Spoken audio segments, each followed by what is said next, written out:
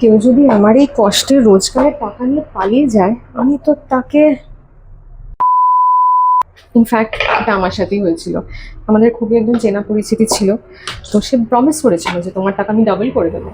আর আমি একটু বেশি বিশ্বাস করে ফেলেছিলাম, ভেরিফাই করে দেখিনি।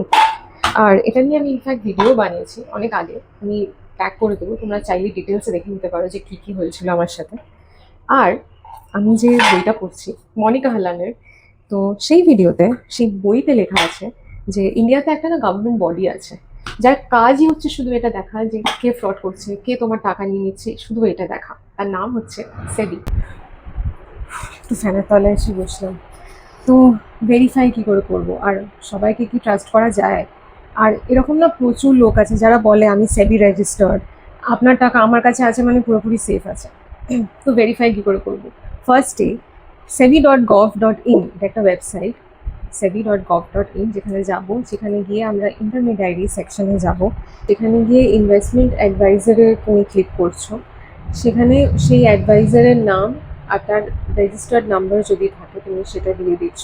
তার নাম যদি সেই লিস্টে আছে তাহলে ওয়েল ডান, আর যদি সেই লিস্টে তার নাম না থাকে তাহলে গুড বাই বলে একদম তাকে ভরসা করো না।